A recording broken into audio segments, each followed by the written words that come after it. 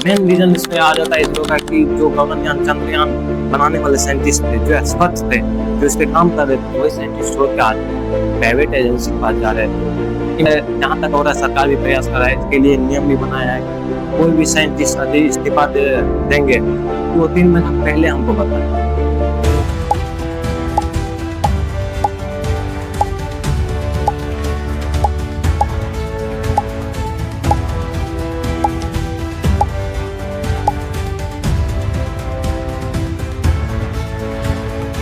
इसरो का कोई भी साइंटिस्ट छोड़ के, कुछ साइंटिस्ट कुछ महीनों में इस चर्चित में आ रहा है कि साइंटिस्ट छोड़ रहे हैं इसरो का, और वो छोड़ के जा रहे हैं। और इसमें मेन रीजन क्या है कि बताया जा रहा है कि जो साइंटिस्ट था, जो काम करता था, जो खुद वहाँ का प्रेसिडेंट था, जो प्रोजेक्ट बना रहा था, जिसने पूरे प्लान बनाया था कि इसको इस तरह से करना है, वही साइंटिस्ट छोड़ के जा रहे हैं।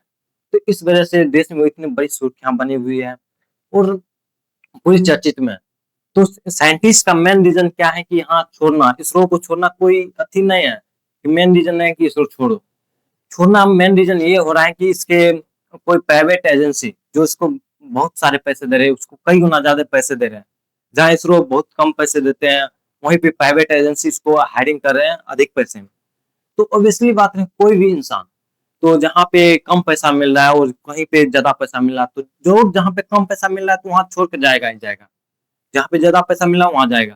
पर यहाँ पे इसरो का इसमें घाटा हो रहा है, क्योंकि वह बहुत अनुभवी साइंटिस्ट है, जिसको पूरे प्रोजेक्ट के बारे में पता है।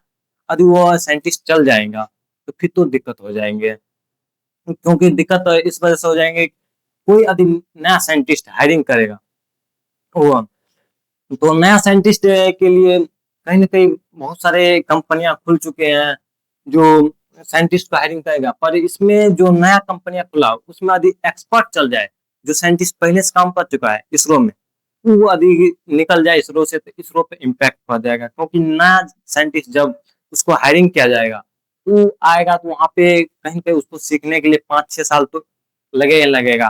तो कोई काम इतना जल्दी नहीं सिखाते, क्योंकि साइंटिस्ट का काम है, रिसर्च किया जाता है, उस पर पूरे कुंडली खंगाला जाता है, तब जाके वो कोई काम कर पाता है। और वो यदि प्राइवेट एजेंसी पास चल जाएगा, इससे बहुत बड़े घाटा हो जाएंगे। और इस पे मेन रीजन है कि इसरो का खोलना, हाल ही की रिपोर्ट के अनुसार 100 से अधिक इसरो को छोड़कर साइंटिस्ट इस्तीफा दे रहे हैं। क्योंकि इसका मेन रीजन ये है कि जो प्राइवेट एजेंसी खुला है वो इसको अधिक पैसे पे, प्राइवेट एजेंसी कंपनियां बेहतर वेतन और भारत के निजी अंतरिक्ष क्षेत्र की तेजी से बढ़ने के कारण अनुभवी वैज्ञानिक की मांग बढ़ी है। क्योंकि बताया जा रहा है कि जो प्राइवेट एजेंसी खुली है वो सोच रहे हैं कि हमारे पास कहीं कहीं अनुभवी साइंटिस्ट आए, वैज्ञानिक आए, जिससे हम अपने काम को आगे बढ़ा सके। तो इस वजह से इसरो के कुछ वैज्ञानिक जो छोड़ के जा रहे हैं, कुछ महीने में ये रिपोर्ट जारी किया है कि मतलब निकल रहे हैं। और इसका मेन रीजन है कि जहां बताया जा रहा है कि 2014 के आसपास सिर्फ एक स्पेस कंपनी काम करता था पूरे भारतवर्ष में, आज वो 2026 में 400 प्लस स्पेस एजेंसी काम कर रहा है इस पे।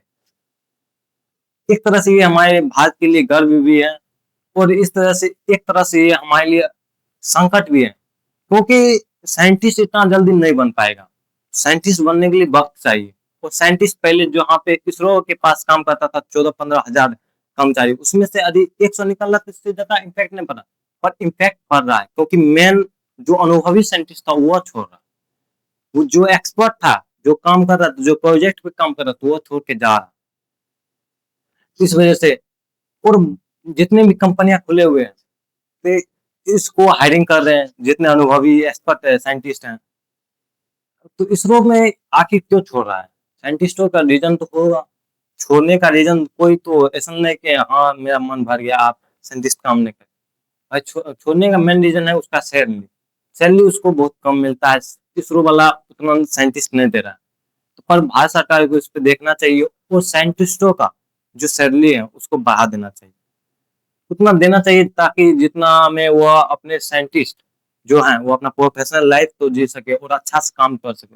उसको फ्री फंड रहना चाहिए, दिमाग एकदम जो रिसर्च पे रहना चाहिए, उसको ऊपर उसके ऊपर कोई दबाव नहीं बनना चाहिए। कहीं सरकारी चीज पे दबाव भी बन जाता है, काम करता है लोग पर दबाव भी बन जाता है कि जल्दी कीजिए, इसको जल्दी काहे हो रहा है, तो इस पे इम्पैक्ट पड़ रहा है। तो ऑब्वियसली बात है, जहाँ लोगों को कोई मान लीजिए एक दुकान है, कहीं कहीं पे बाजार खुला है एक दुकान, वहाँ पे मात्र किसी को 25,000 रुपया दिया जा रहा है, और धीरे-धीरे वहाँ पे लोग देखा है कि इसका दुकान बहुत ज़्यादा चलने लगा है। तो लोग क्या सोचा है कि और सारा दुकान खोला जाए, तो खोला जो, पर वहाँ पे कर्मचारी काम करने वाले नहीं थे। तो सोचा कि क्यों ना हम इसके दुकान में जो कर्मचारी काम कर रहे हैं, उसको हायरिंग कर लेते हैं। तो उसको 25,000 की जगह 35,000 दे रहा है। तो क्यों ना वो कर्मचारी उस दुकान वाले को छोड़ के जो नया खोला है उसके पास जाएगा। ऑब्वियसली बात है भाई, हर किसी को पैसा चाहिए हर लाइफ में। वैसे यही कारण हो रहा है कि आज जो इसरो का वैज्ञानिक है, वो पैसे के चक्कर में, वेतन के चक्कर में, एक बेहतर प्रोफेशनल लाइफ के चक्कर में जा रहा है प्राइवेट स्पेस एजेंसी के पास, वहाँ पे काम करने, जो एक्सपर्ट हैं।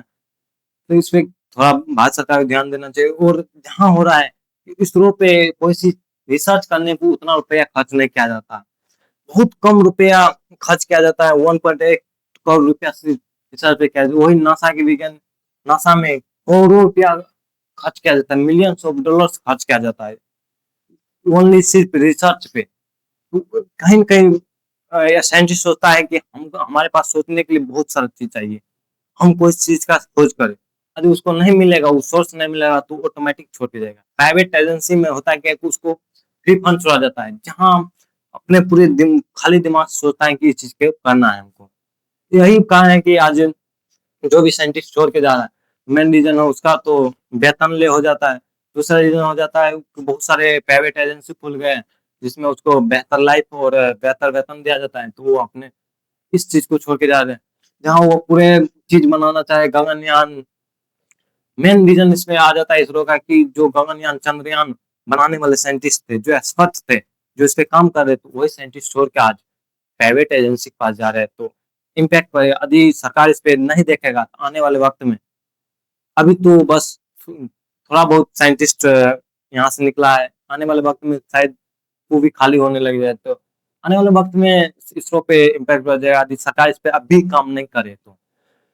तो अभी फिलहाल में चल रहा है, ऐसा कुछ भी नहीं है कि अभी इसरो खत्म ही हो गया है, इसरो चल रहा है, अभी पूरी तरह से चालू है। और जहाँ तक हो रहा है सरकार भी प्रयास कर रहा है, इसके लिए नियम भी बनाया है, कोई भी साइंटिस्ट यदि इस्तीफा देंगे तो वो 3 महीना पहले हमको बताए, 3 महीना से पहले आप नहीं जा सकते। 3 महीना, क्योंकि आपके पास जो नॉलेज है, जो प्रोजेक्ट का चीज पता है, वह जो दूसरे साइंटिस्ट को हायरिंग करेगा, तो उसको पूरा पता होना चाहिए, उसको आप बताइए, उसके बाद ही आप रिजाइन दे सकते हैं, अदरवाइज आप रिजाइन नहीं दे सकते। ऐसा नियम बनाया है भारत सरकार ने 14 जुलाई को। तो अब देखिए क्या होता है आगे, अभी तो चल रहा है, वहीं पे वीडियो खत्म करते हैं। बाकी अपनी राय और सरकार इस पे क्या करना चाहिए, क्या नहीं करना चाहिए, जरूर कमेंट में बताइएगा। तो वहीं वीडियो खत्म करते हैं। जय हिंद, जय भारत। Thank you.